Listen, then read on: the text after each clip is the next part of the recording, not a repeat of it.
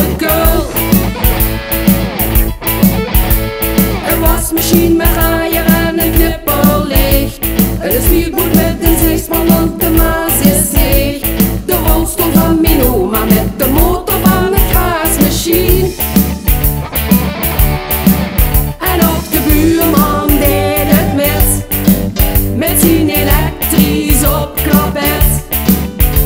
Leuk is dat wordt spannend, dat wordt lachen, dat wordt dolle pret. Wat gaat dat snel? Ja, veel te snel. Oei, oei, oei, oei, wat komt die kerels hel? Zo vreselijk hel, dat gaat te snel. Dat gaat verkeerd, want de laatste ronde wou.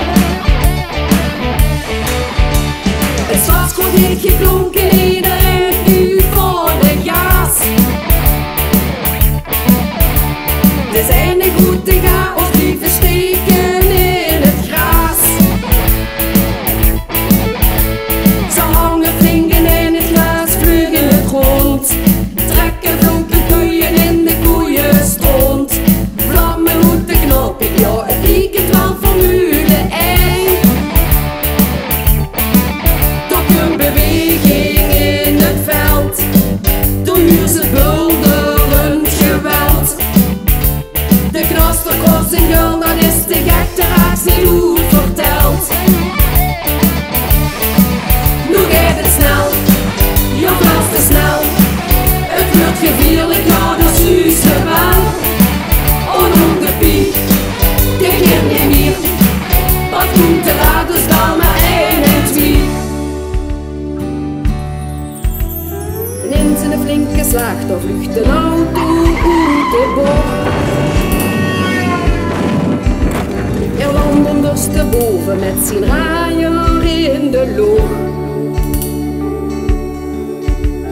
En 100 meter verder de coureur ligt stil in het zand. Zijn ogen zien gesloten, houdt het stuur nog in de hand. Nee, der riet noets, nee, noets. Nee, der riet noets niet te hel. Hij wordt zo snel, nu zuist het wel. Voor hem geen laatste finishbel. Zucht altijd op, hij stijgt weer op. Met een paar kratsen op zijn kop. Met hier en daar, gebroken kneuk. Gelukkig geen schedelbreuk. Hij reed de hel, ja supersnel. Zomaar